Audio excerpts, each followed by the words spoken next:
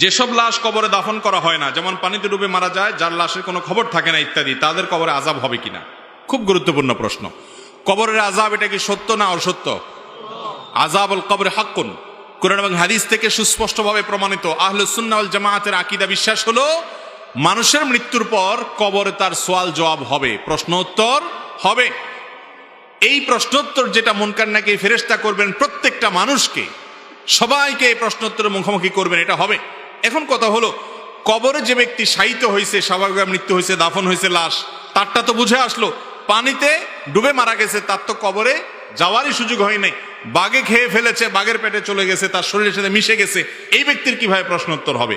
এর উত্তর হলো, আল্লাহ রাব্বুল আলামিন প্রত্যেকটা মানুষের শরীরের ধ্বংসাবশেষ যেটা যেখানে যে অবস্থা আছে ওই অবস্থায় প্রশ্নোত্তরের মুখোমুখি করবেন।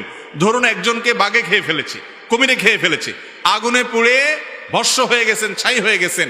ছাই হয়ে গেলেও তার শরীরের ওই ধ্বংসাবশেষ, ছাই থাকুক আর মাটি থাকুক, কিছু একটা আছে, যেটা আছে ওইটার মধ্যে আল্লাহ তাআলা অলৌকিকভাবে তার মধ্যে রূহ দিয়ে তাকে প্রশ্নোত্তরের মুখোমুখি করবেন। সেটা আমরা দেখবো না, বুঝবো না, উপলব্ধিও করবো না, কিন্তু প্রশ্নোত্তর হবে।